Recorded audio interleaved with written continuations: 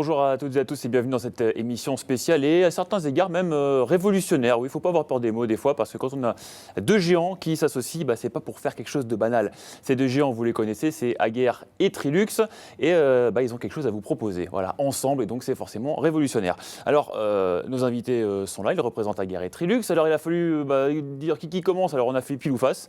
Donc, c'est pour Aguer, c'est pour vous, Christian Cuny, directeur grand compte tertiaire et prescription chez Aguer. On va vous demander en quelques mots de resituer un petit peu qui est Aguer quand même, société historique et familiale. Absolument. Aguer Group est un fabricant et fournisseur de solutions pour l'installation électrique à destination des bâtiments à la fois résidentiels mais également tertiaires.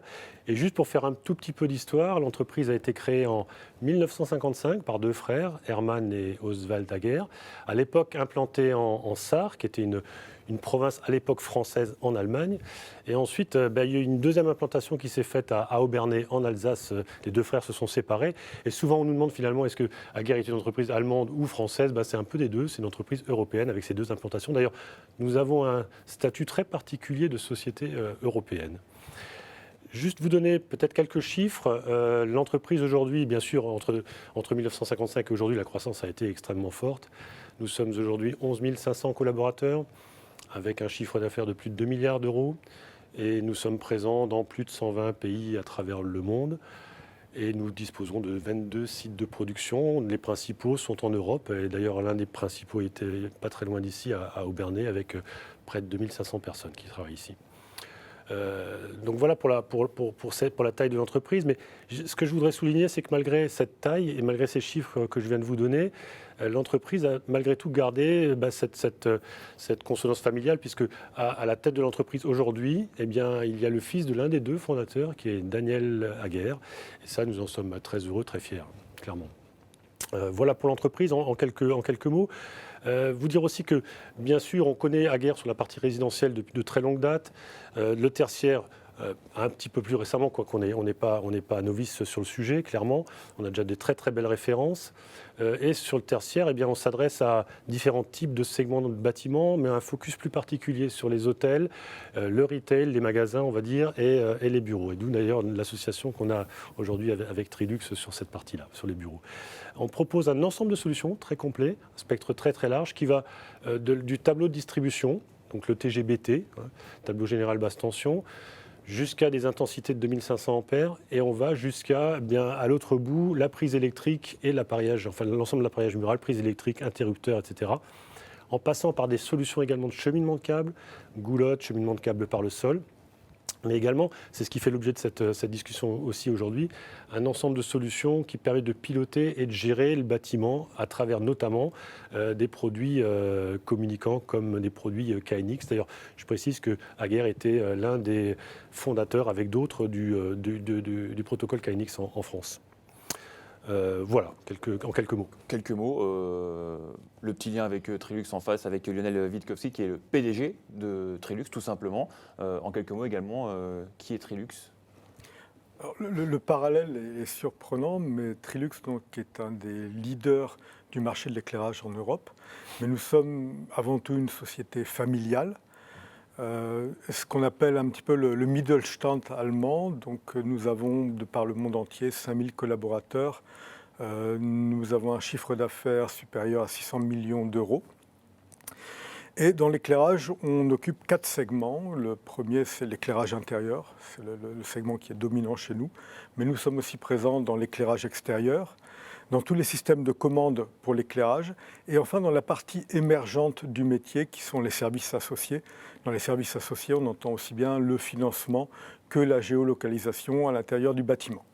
Alors pour reprendre un petit peu le chemin suivi par Christian, nos marchés verticaux sont bien entendu le tertiaire, c'est là où on se rencontre aujourd'hui, mais on est aussi très fort dans l'industrie, on est présent dans le retail, et bien entendu nous avons des solutions pour tout ce qui peut être l'hospitalier, les écoles, les universités.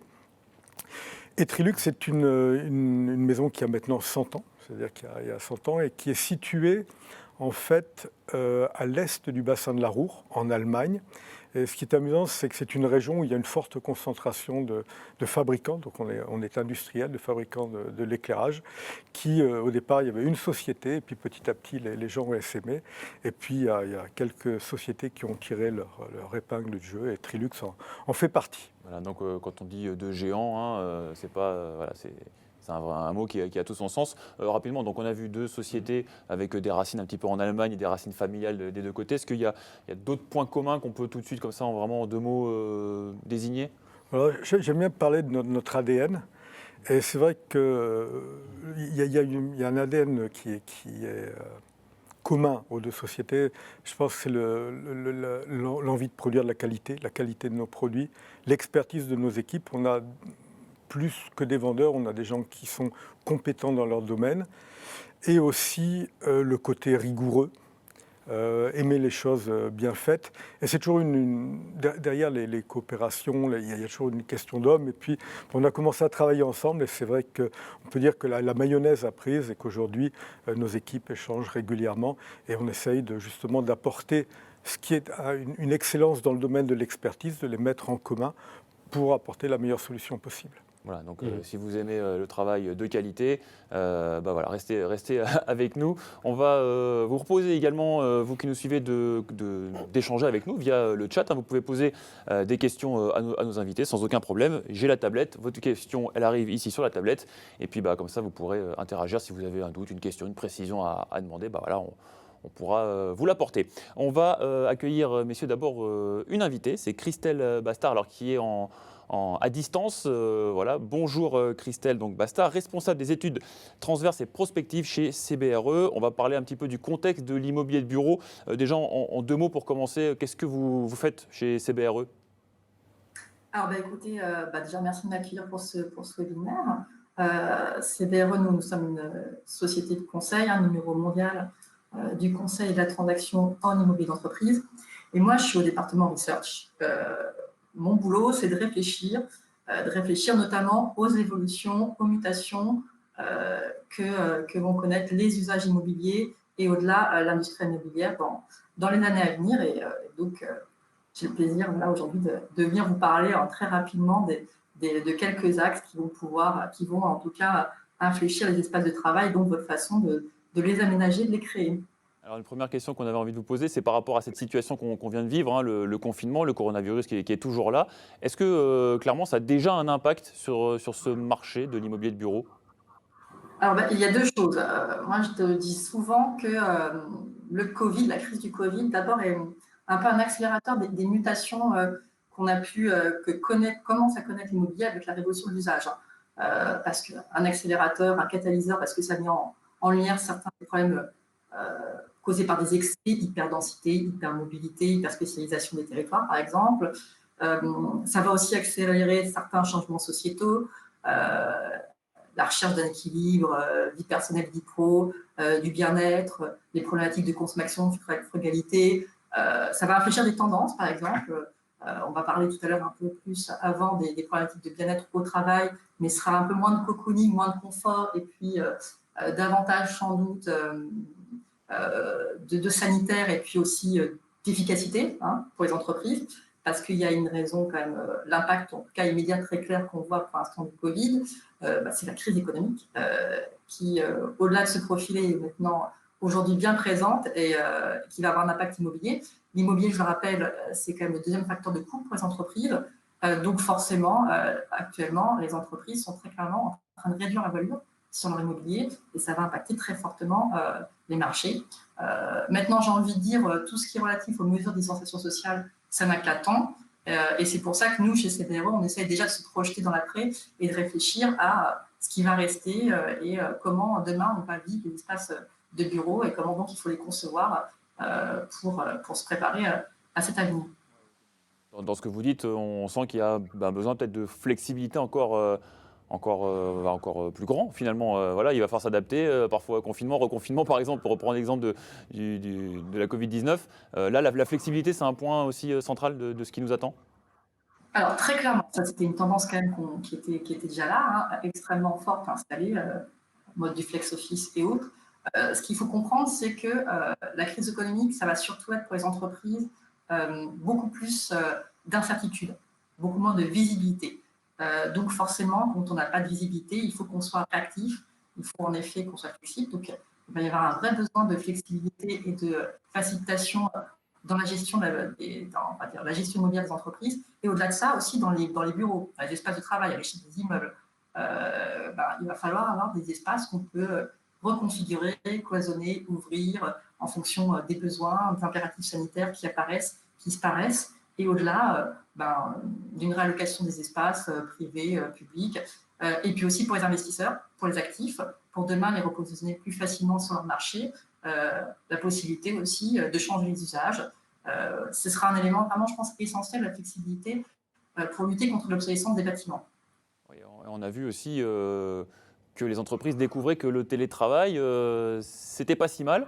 Là aussi, c'est une concurrence, on va dire, pour l'immobilier de bureau. Ça veut dire quoi? Ça veut dire moins de mètres carrés, ça veut dire d'autres agencements. Quel va être l'impact de ce télétravail pour peu que ça continue à se développer? Parce qu'on a vu qu'il y en a plein qui aiment bien retourner au boulot quand même. Mais, Alors, télétravail. Pourquoi télétravail?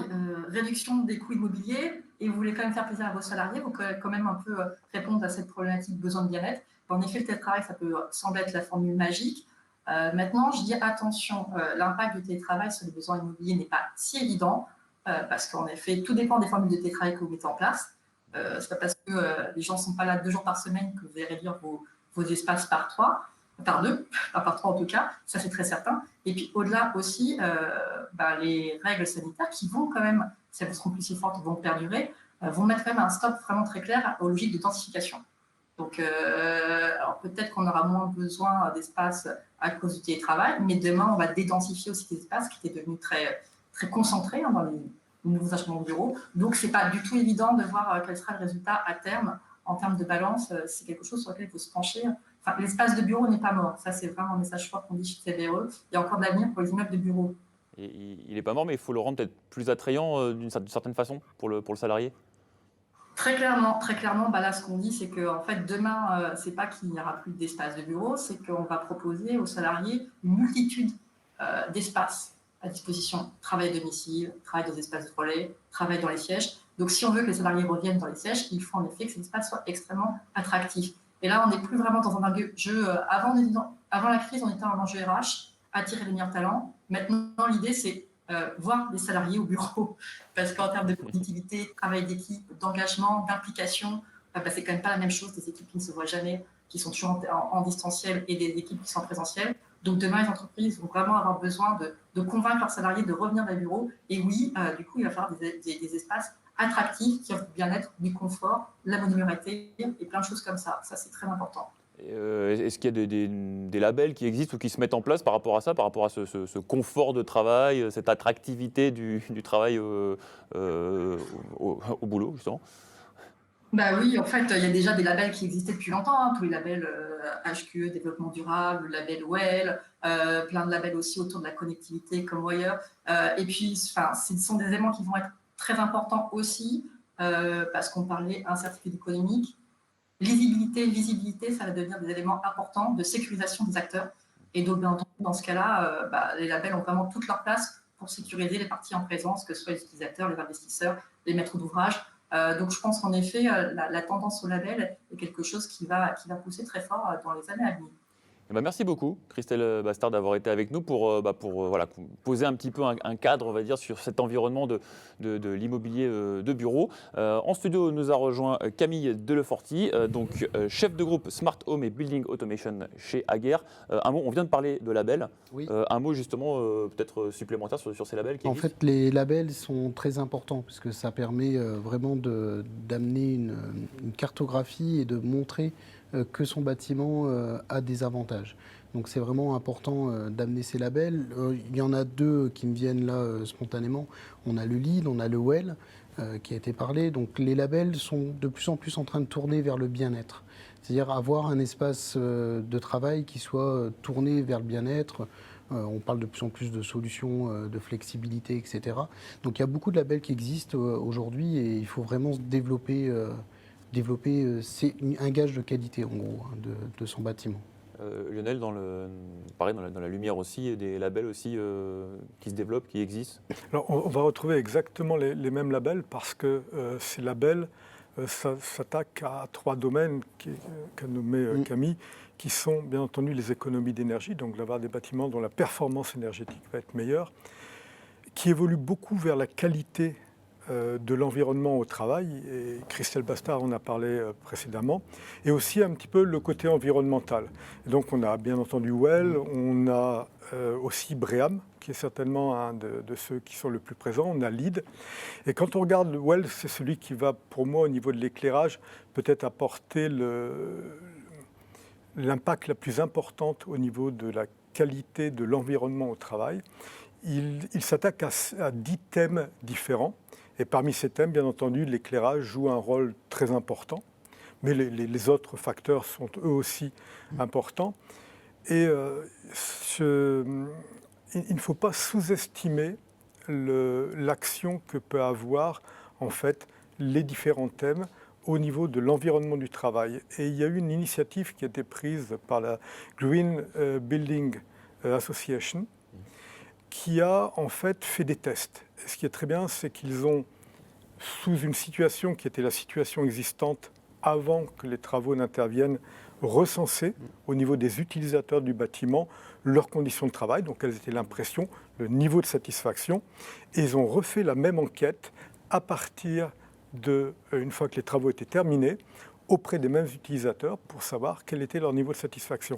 Et on voit qu'un domaine comme l'éclairage, en général, est évalué comme satisfaisant, pouvait être un petit peu amélioré au départ, mais à l'arrivée, quand on regarde les facteurs dans les 10 thèmes qui ont eu une importance prédominante, l'éclairage sort vraiment bien du lot et on voit que grâce à un éclairage approprié, on peut vraiment influencer de manière positive sur les conditions de travail. Donc on voit que le label, c'est un gage de bien-être, mais est-ce qu'on est obligé d'améliorer son bâtiment?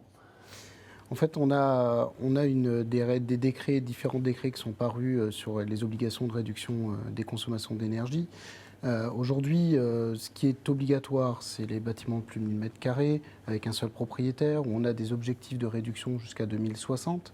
Mais après, ce qui est important, c'est de comprendre que c'est que le début. Aujourd'hui, on sait que ces objectifs vont concerner tous les bâtiments.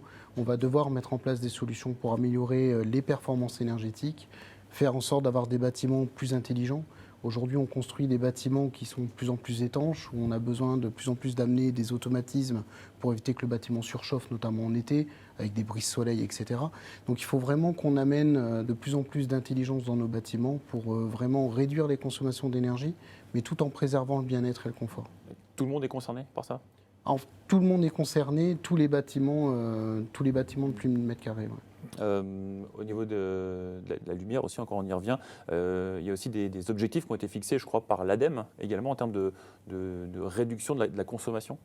Alors, quand on regarde la consommation électrique d'un bâtiment tertiaire, en général, l'éclairage va représenter entre 30 et 50% de la consommation électrique du bâtiment. Donc, bien entendu, de rénover l'installation d'éclairage, là où aujourd'hui, par rapport à une installation non performante, on va pouvoir économiser de 70 à 80%, eh bien, l'éclairage joue un rôle particulier. Vous avez nommé l'ADEME. L'ADEME joue aujourd'hui, dans tout ce qui concerne l'augmentation de la performance énergétique, un rôle essentiel, tant de par son action directe que par son action indirecte. Et aujourd'hui, elle finance de nombreuses études. Et elle a effectivement financé avec le syndicat de l'éclairage une étude sur le parc existant.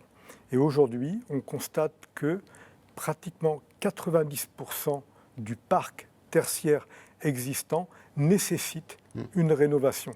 Et quelque part, c'est un bon message parce que ça montre le gisement que nous avons à disposition et où l'action de systèmes qui vont permettre d'optimiser les économies d'énergie, comme l'association KNX LiveLink Premium trouve sa raison d'être. Justement, alors voilà, vous l'évoquez, on a des techniciens beaucoup qui sont là avec nous, qui nous écoutent, donc on aborde la partie technique, justement, techniquement, comment ça se passe, et on va en venir, je crois, justement, à ces protocoles, notamment KNX.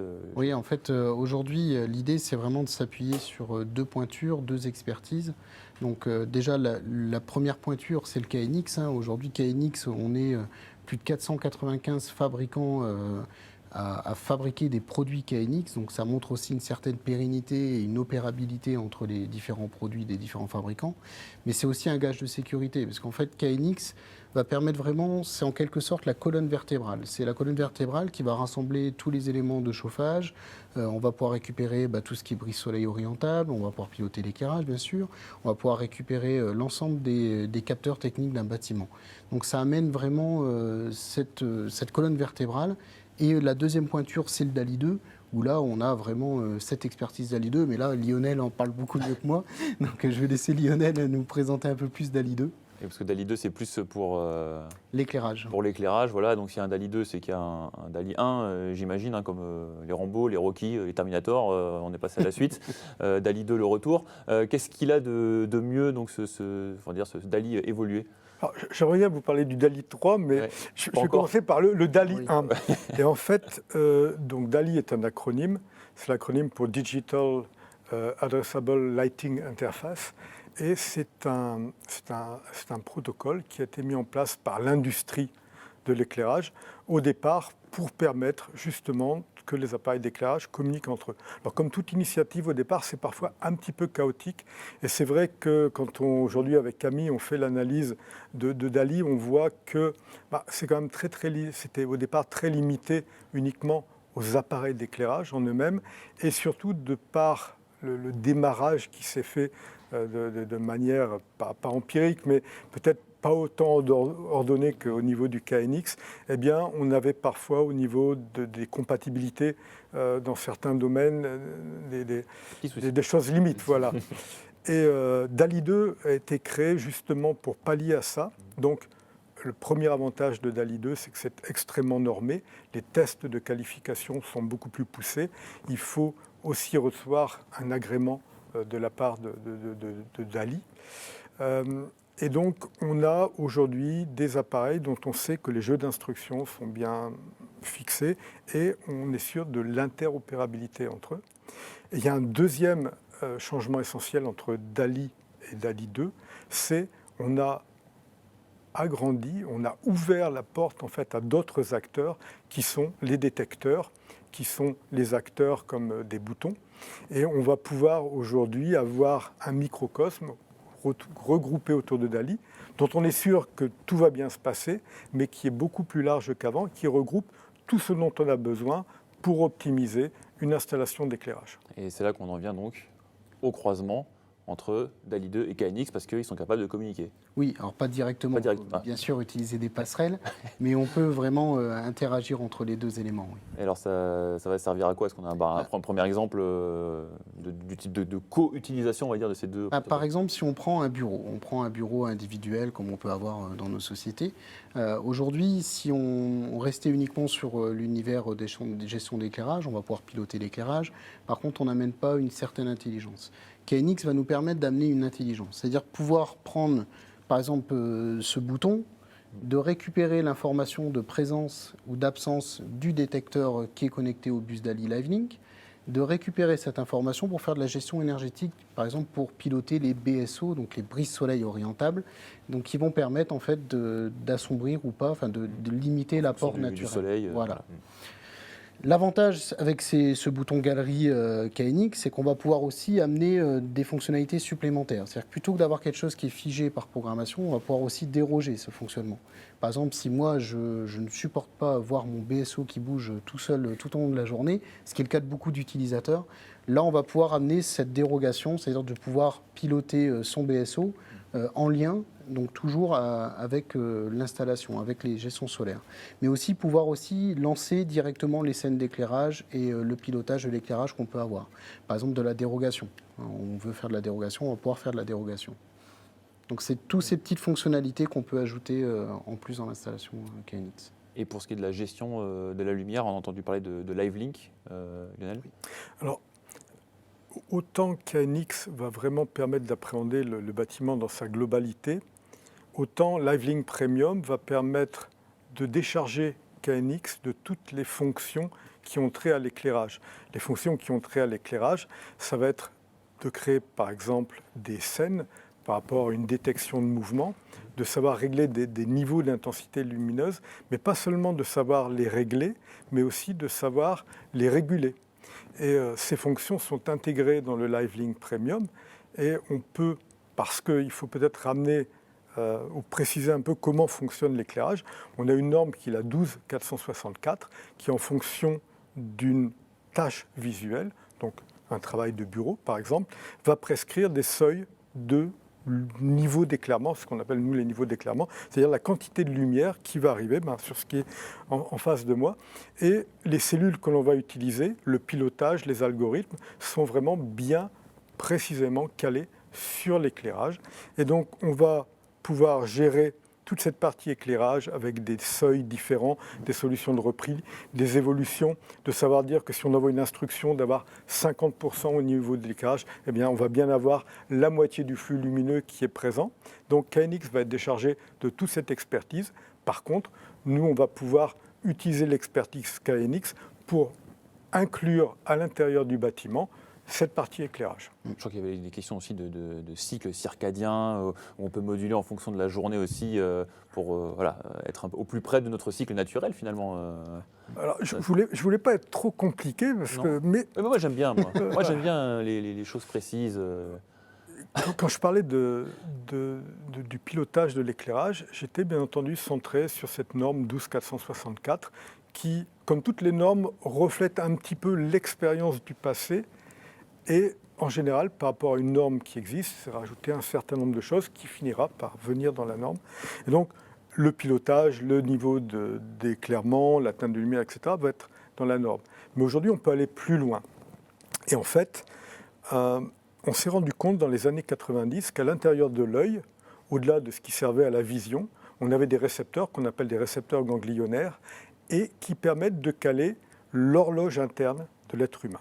Alors, tout être humain a un cycle qu'on appelle circadien sur 24 heures qui va évoluer, qui va gérer la production d'hormones. Et cette horloge interne, elle se recale toutes les 24 heures grâce à certaines radiations lumineuses. Le lever du soleil, coucher du soleil, Oui, c'est pas voilà. le même. Et donc aujourd'hui, on va s'employer à essayer de faire venir la lumière naturelle à l'intérieur du bureau, mais ce n'est pas toujours possible. Et donc on va utiliser l'éclairage artificiel pour faire évoluer la lumière à l'intérieur du bureau de la même manière que le soleil à l'extérieur. Et c'est peut-être là où on retrouve, s'expliquait Camille, avec ce terme BSO. Voilà, avec les BSO, parce qu'à un moment donné, il va être intéressant, si vous avez un niveau de luminosité important, par exemple, d'activer les BSO, d'occulter l'arrivée de la lumière naturelle, mais bien entendu, vous avez besoin toujours de la même quantité de lumière. Et voilà, on va la compenser, et en plus avec la bonne teinte de lumière. C'est magnifique. Ça me plaît beaucoup. Est-ce qu'on aurait pu faire autrement, voilà, avec gestion de la lumière, programmation est-ce qu'on avait On peut toujours faire autrement. Toujours autrement. Quasiment en utilisant plein de relais, plein de minuteries, faire un petit bricolage. Non, en fait, là, l'idée, c'est vraiment de capitaliser sur quelque chose qui est sûr, qui est flexible. C'est qu'on a la partie gestion de l'éclairage qui est gérée par le DALI dans son autonomie. On a la partie boutonnerie sur KNX qui permet de centraliser. C'est qui nous amène beaucoup plus de flexibilité. Parce qu'il n'y a aucun lien physique entre un bouton et un éclairage. Donc, du coup, c'est que de la programmation derrière. Et l'avantage que ça amène, c'est qu'on va pouvoir, on parlait tout à l'heure de flexibilité, on va pouvoir amener de la flexibilité dans les bureaux, faire du recloisonnement, remoduler les espaces, et tout ça sans modification particulière de câblage au niveau des boutons. Ouais, on n'a pas besoin de refaire une saignée dans le mur pour voilà, tout refaire. Ça reste très simple, et là, c'est vraiment les bénéfices. On parle de plus en plus de normes, l'évolution des normes, les différents labels qui existent. Là, l'avantage, c'est qu'on conçoit un bâtiment qui est évolutif. C'est-à-dire qu'on va pouvoir le faire évoluer par rapport aux différentes normes qui amènent qui vont arriver et qui arriveront de toute façon. C'est juste une histoire de reprogrammation. Finalement, on n'a même plus besoin Voilà, de changer. On ne c'est change ça. plus rien en fait à l'installation. Non, non. Et On a un grand open space, on va faire 2-3 bureaux. on peut Ça marche reconfigurer aussi, on directement. peut revenir dessus sans problème. Et on peut même ajouter un élément qui est important en rajoutant juste, ici c'est un petit serveur web, donc c'est ce qu'on appelle chez nous Domovea. Donc en fait ce serveur a particularité, c'est qu'il va permettre aussi à l'utilisateur de pouvoir piloter son bureau et uniquement son bureau au travers d'une application. Mais là de piloter tous les éléments constituant son bureau, donc aussi bien l'éclairage, le chauffage, les BSO, les différentes scènes d'éclairage Livelink. Donc ça amène aussi en plus un confort supplémentaire, on va dire un petit plus dans la gestion du bâtiment. Et si on a envie de créer un petit peu des scénarios, comme on dit, au fil de la journée, comment ça se passe à ce moment-là, c'est qui prend la main? Alors, l'éclairage va prendre la main. C'est l'éclairage. Donc c'est Livelink qui va prendre la main sur... Je voulais souligner ce dont on parlait, qui était l'évolutivité. Et la mise en commun de ces deux systèmes va faire que l'évolutivité ne va pas se traduire par de la complexité. Au contraire, on reste simple. On reste simple à deux niveaux, dans la mise en œuvre, mais peut-être qu'on y reviendra un petit peu plus tard, mais aussi dans l'exploitation. L'idée, c'est de dire, à un moment donné, on peut changer l'activité qui va avoir lieu dans le local, et il peut être nécessaire de changer les niveaux d'éclairement. Eh bien, avec le système Livelink Premium, avec une simple tablette, la personne qui est chargée de l'entretien du bâtiment, ou tout au moins de charger à veiller à ce que tout se passe bien, va pouvoir, avec la formation qui va bien avec, eh bien, au travers d'une simple tablette, pouvoir faire les réglages nécessaires pour se caler sur l'évolution du local. Alors ça, c'est de manière générale.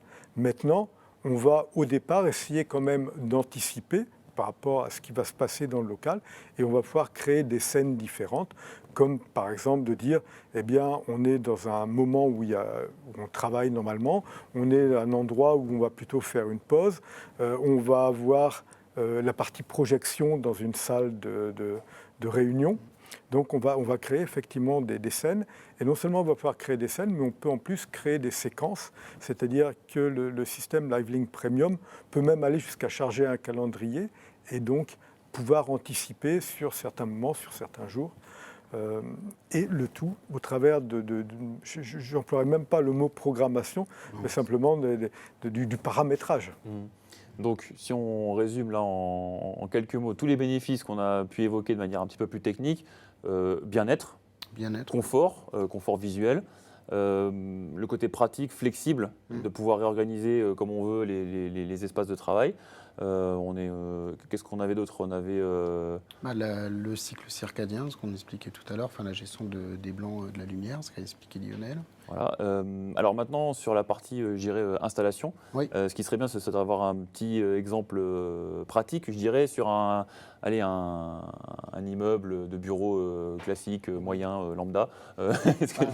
Si on prend un bâtiment, par exemple un bâtiment de 2000 m², donc il y a à peu près 500 dalles lumineuses, c'est bien ça Lionel? Oui, dans mes souvenirs d'éclairage. Donc voilà, donc ça veut dire que pour équiper le bâtiment, on devra mettre bien sûr des passerelles, les passerelles qui sont présentes ici, donc la passerelle DALI Ethernet Livelink, qui elle va piloter ces lignes DALI, et ensuite on va y intégrer des interfaces KNX que Lionel a dans sa main, qui elles vont permettre de grouper côté KNX, on va dire 16 zones, 16 bureaux. Donc c'est vraiment assez simple en fait en paramétrage, puisque les passerelles DALI dépendent du nombre de luminaires DALI, et les passerelles KNX dépendent du nombre de bureaux, de nombre d'espaces, de zones de pilotage. Donc du coup c'est très simple. Après le mieux, si je peux me permettre, c'est de peut-être montrer un petit schéma, une petite... Ce serait d'aller sur le Studio BIS, voilà, par exemple. Sur le Studio BIS pour montrer un petit schéma. Alors, en attendant, on va oui. Allez-y, Camille. Pendant ce temps, Lionel, on va parler. Alors, difficile de chiffrer, évidemment, une installation comme ça, globale, KNX Livelink, parce que l'immobilier de bureau est tellement vaste et tellement varié que c'est pas évident. En revanche, chez Trilux, vous avez une offre, en tout cas, assez concrète et précise par rapport au coût, on va dire, de l'éclairage. Oui. J'exprimais précédemment le fait que si on prend une installation qui est une installation ancienne, le fait de rénover, d'une part, avec des luminaires qui ont des performances énergétiques beaucoup plus importantes, on va être quelque part des 120, ce qu'on dit nous, des 120 lumens par watt, 140 lumens par watt. Et les asservissements dont on a parlé, on va pouvoir réaliser des économies d'énergie qui peuvent monter jusqu'à 70-80%. Donc par rapport à ces économies d'énergie, on est sur des installations qui peuvent, selon les cas de figure, s'amortir entre 3, 4, 5, 6, 7 ans. Par rapport à ça, le temps d'amortissement peut être jugé un petit peu long. Et on parlait de l'influence du Covid-19 sur l'univers du bureau. On sait très bien que dans la crise dans laquelle on se trouve actuellement, on peut être confronté à des trésoreries un petit peu exsangues. Et donc, on a réfléchi sur d'autres modèles que le simple fait d'acquérir le matériel, mais de proposer, par exemple, des financements. Alors, on connaît les financements traditionnels tels que le leasing ou simplement de contracter un prêt pour effectuer l'investissement. Nous, on propose aujourd'hui des locations, certaines formes de location, et une de ces formes de location, c'est ce qu'on appelle le pay-per-use, puisque cette location, quelque part, va dépendre du nombre d'heures d'utilisation de l'éclairage. Et donc, par rapport à un simple loyer, on va pouvoir, dès le début, acquérir un matériel qui va réaliser l'ensemble des économies d'énergie qu'on s'est fixées. Tout ce qu'on vient d'évoquer. Et au cours du temps, on va régler un loyer. Et ce modèle a en plus un avantage particulier, puisqu'il est déconsolidant, c'est-à-dire qu'il va être neutre tant pour le bilan du client qui aura choisi cette option que pour notre propre bilan. Et en plus, du coup, le client va payer ce qu'il consomme, pay per use. Il n'y a pas de surprise, de mauvaise surprise. C'est vraiment, voilà. Quand on parle on paie ce qu'on consomme. Voilà. Voilà. C'est comme à la maison, quand on reçoit la facture d'électricité, il n'y a pas effectivement tout le tableau d'amortissement derrière de l'investissement. Alors je crois que Camille est en place. On va pouvoir donc avoir ce petit schéma et cette petite explication peut-être beaucoup plus visuelle. Oui, donc en fait, l'idée, c'est de partir sur ce petit synoptique qui permet de synthétiser un peu, on va dire, l'alliance des deux systèmes Ager et Trilux. Donc là, on retrouve par exemple ici un synoptique assez simple où on a bien sûr notre partie KNX qui va être la colonne vertébrale de ce bâtiment et on retrouve les différents éléments de pilotage comme ici par exemple les interrupteurs galeries, les différents détecteurs. Et après, ce que j'expliquais tout à l'heure sur le fait d'avoir 16 zones, c'est ce qu'on retrouve ici au niveau des passerelles KNX. C'est-à-dire qu'on va mettre une passerelle KNX LiveLink pour 16 zones, donc 7 zones d'éclairage, 16 bureaux par exemple. Et tout ça va revenir sur le serveur LiveLink Premium. Donc un serveur pour l'ensemble du bâtiment qui va permettre de piloter au travers des passerelles DALI les différents luminaires DALI, Trilux, et d'amener aussi toute cette fonctionnalité, de pouvoir les centraliser sur un serveur qui s'appelle Domovea chez Ager, qui va permettre justement ce pilotage dans les bureaux. Au niveau de l'appareillage galerie, j'en expliquais tout à l'heure, donc cet appareillage il est un peu particulier, donc c'est un appareillage KNX. Il va exister en 2, 4 et 6 touches, avec ou sans voyant, avec aussi des petites particularités, parce que ce n'est pas juste un bouton, il va permettre aussi de récupérer la température, c'est-à-dire de renvoyer la température que prend l'appareillage sur le serveur Domovea, mais aussi d'intégrer sur certains modèles une cellule infrarouge qui est embarquée à l'intérieur, qui va permettre aussi d'amener de l'accessibilité à des personnes qui seraient en mobilité réduite, par exemple, avec une téléthèse. Donc c'est plus qu'un simple appareillage. Une fonction aussi qui est inclue dans l'appareillage, c'est de pouvoir aussi amener à une fonction qui est un buzzer. Il y a un buzzer qui est intégré au sein de l'appareillage qui va permettre d'amener une communication vers l'occupant, c'est-à-dire de pouvoir prévenir d'un événement éventuel. Et en plus, le gros avantage de cet appareillage KNX, c'est qu'il va s'inclure dans l'ensemble de la gamme d'appareillages qu'on peut retrouver.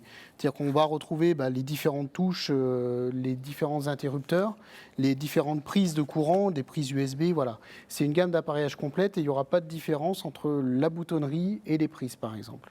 Donc ça amène vraiment cet intérêt-là. Ensuite, pour la partie paramétrage, donc bien sûr le KNX se paramètre avec ETS et le LiveLink. Et là, je pense que Lionel sera plus à même d'expliquer le principe de paramétrage, mais c'est aussi très simple.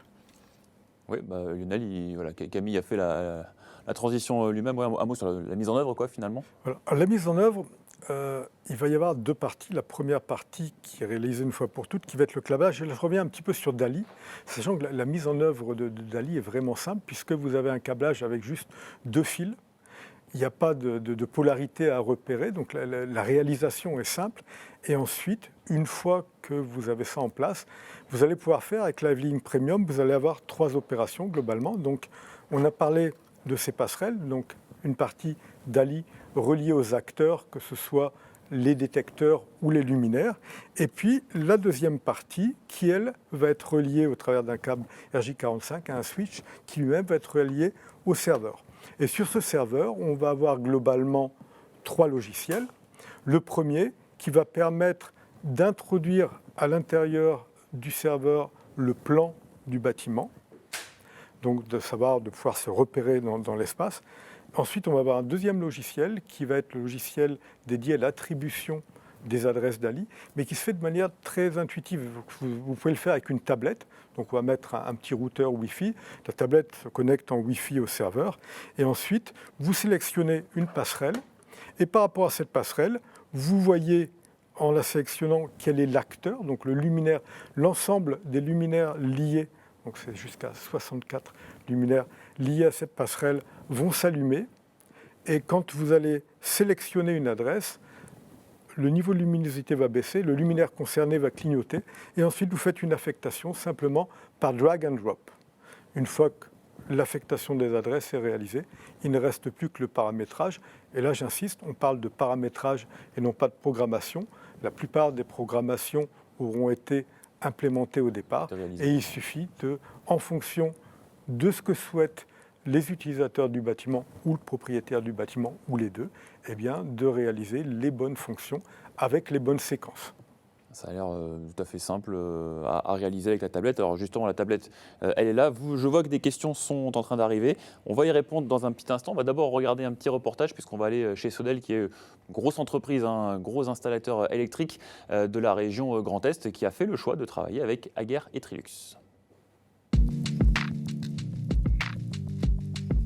Je suis Dominique Mathieu, directeur général de l'entreprise Sodel, une PME indépendante créée en 1948 qui emploie environ 180 collaborateurs et réalise un chiffre d'affaires de l'ordre de 25 millions d'euros.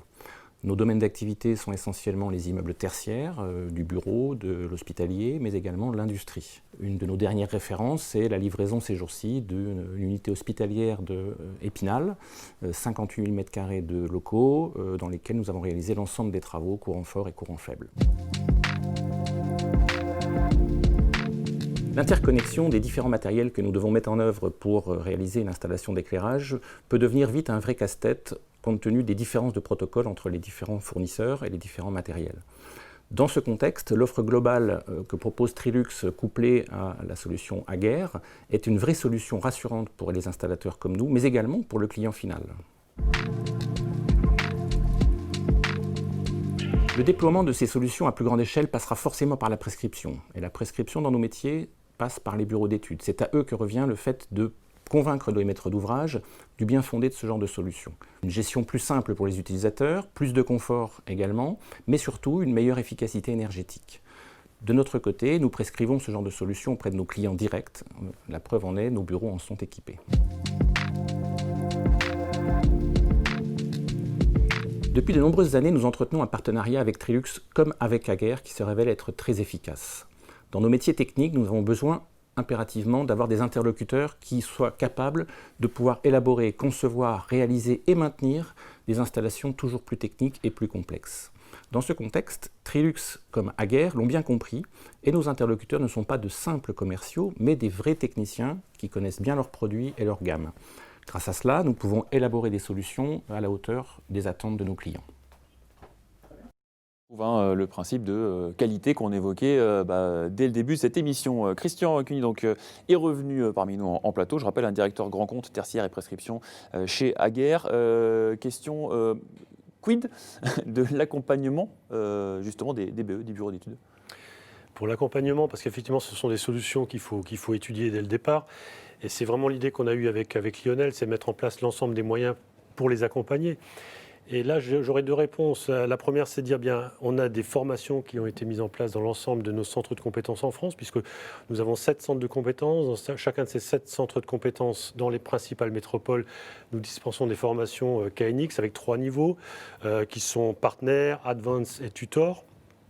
Ça, je dirais que c'est la première réponse. La deuxième réponse, c'est que on a des chargés de projets tertiaires qui, bien sûr, là aussi, connaissent parfaitement KNX et qui sont autant de supports locaux en région pour aider pour ce type de projet.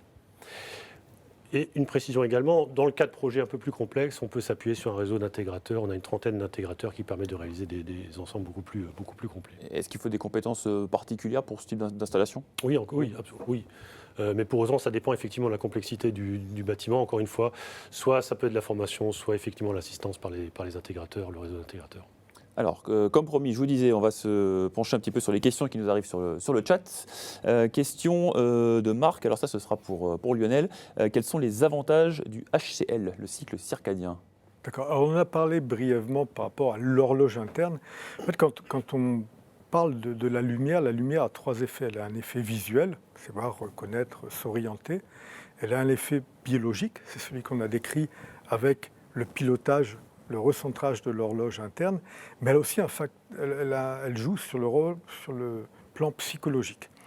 Et lorsque j'ai commencé dans l'éclairage, donc il y a bien longtemps, on m'avait dit, l'éclairage, la lumière, c'est un facteur du bien-être et de la communication. Et on va pouvoir jouer avec les teintes de lumière, non seulement par rapport à un cycle circadien, mais aussi pour créer des ambiances, pour générer certains états. Et on pose souvent la question de est-ce que c'est plus qu'un simple jeu d'avoir une lumière plus blanche ou une lumière plus jaune. On a réalisé plusieurs projets pilotes dans lesquels on a réalisé des études, par exemple dans des écoles et des lycées.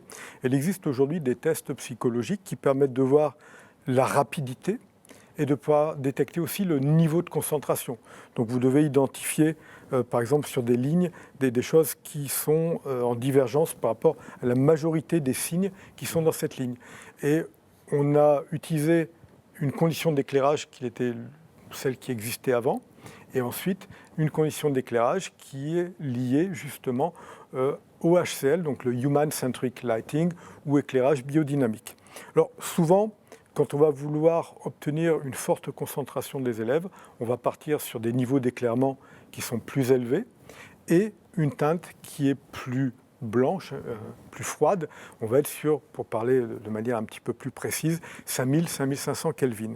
Eh bien, on a constaté que sur les populations d'enfants qui ont participé au test, on arrivait à obtenir une amélioration de la concentration de l'ordre de 4 à 8% et de la rapidité d'exécution de l'ordre de 3 à 5%. Oui, ça devient significatif là. Alors, quand on arrive à 8%, c'est quand même... on se rend compte aujourd'hui de plus en plus dans l'industrie de cette importance parce qu'au niveau des postes de montage, par exemple, lorsque vous essayez de réduire le taux de rebut, c'est-à-dire d'augmenter en qualité, eh bien, on va voir que le bon éclairage va jouer un rôle important. On peut lancer un débat, mais on n'aura malheureusement pas le temps aujourd'hui, sur la qualité d'éclairage lorsque vous travaillez en 3-8. Il y a aujourd'hui beaucoup de choses, parfois pas très sensées, que l'on entend sur le marché, et l'éclairage est certainement à une action très importante au niveau du personnel qui est en équipe de nuit. Mais je voudrais terminer pour citer encore un exemple qui est peut-être plus parlant. Trilux a eu la chance d'être sollicité par Orpea pour optimiser un éclairage sur un étage qui était dédié aux patients touchés d'Alzheimer dans une EHPAD. Et donc, le projet a été géré par le docteur Benatar. Et le docteur Benatar a imaginé un éclairage basé justement sur l'éclairage biodynamique, ainsi que certaines séquences qui, selon elle, nous devaient permettre d'améliorer les qualités de vie des patients. Alors, il est toujours difficile de réaliser de telles études. On a donc fait appel au CHU de Nice, qui possède des équipes qui permettent de faire des analyses scientifiques, des protocoles, et ensuite de détecter les résultats et de les extraire. Donc, on a par rapport à cet étage, réaliser des séquences de plusieurs semaines avec un éclairage qui était l'éclairage standard et par rapport à l'éclairage ensuite qui était l'éclairage aménagé, biodynamique, avec toutes les séquences qui allaient bien. Au travers d'un questionnaire que l'on a réalisé auprès des patients, alors il a fallu recevoir l'accord des familles pour tout réaliser, tout a été fait dans les règles, et on s'est aperçu que grâce à cet éclairage particulier et à ce pilotage, on avait obtenu une réelle augmentation de la qualité de vie et surtout de la qualité du sommeil des patients frappés malheureusement par Alzheimer. Et il y a eu un petit phénomène anecdotique, c'est que les questionnaires ont été réalisés par le personnel soignant. Et ils sont pris au jeu, ils ont eux aussi rempli le questionnaire et on s'est aperçu que cet éclairage avait apporté une contribution importante à l'amélioration des conditions de vie des patients, mais aussi et surtout du personnel soignant. Donc il y a un impact et il y a un vrai intérêt à miser sur cette formule, quoi. Tout à fait. Clairement. Alors, pas mal de questions qui arrivent. Stéphane nous demande, y a-t-il un temps de latence entre l'appui sur le bouton KNX et l'allumage du luminaire ? Qui répond ? Camille dans le studio bis. C'est moi qui vais répondre. Donc en fait, justement, l'idée de cette alliance, c'était aussi de tester. Parce que ça peut arriver, hein, on peut avoir entre deux systèmes, deux protocoles différents, un temps de latence. Et là, nous avons vérifié et il n'y a pas de temps de latence. Aujourd'hui, le système est très réactif.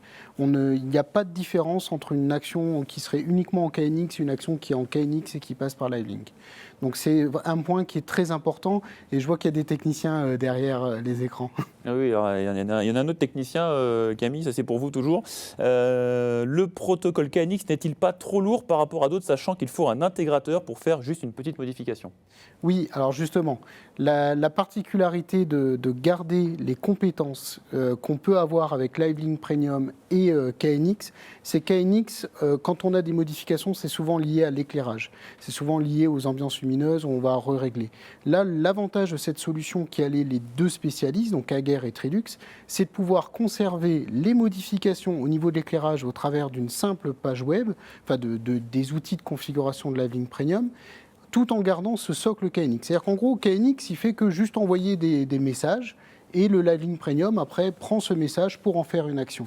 Donc oui, le KNX, à la base, nécessite une programmation par un intégrateur, mais nous avons chez Aguerre des intégrateurs qui sont avec nous pour vous aider à concevoir et à programmer les bâtiments. Mais l'avantage de cette alliance et de conserver le LiveLink Premium, c'est justement de pouvoir simplifier ces modifications, puisque les modifications se font uniquement sur le LiveLink Premium, au niveau de l'éclairage. Alors là, on va se tourner à nouveau vers Lionel avec une question de Stéphanie. Est-ce que LiveLink est limité au bureau ? Alors, le terme « limite » ne va pas avec LiveLink. Autant le préciser directement. Avant de répondre à la question, l'avantage de LiveLink va être d'avoir un système qui est évolutif, c'est-à-dire qu'en nombre d'acteurs, vous n'avez quasiment pas de limite, de même qu'en nombre de groupes que vous allez avoir créés, vous n'avez pas de limite.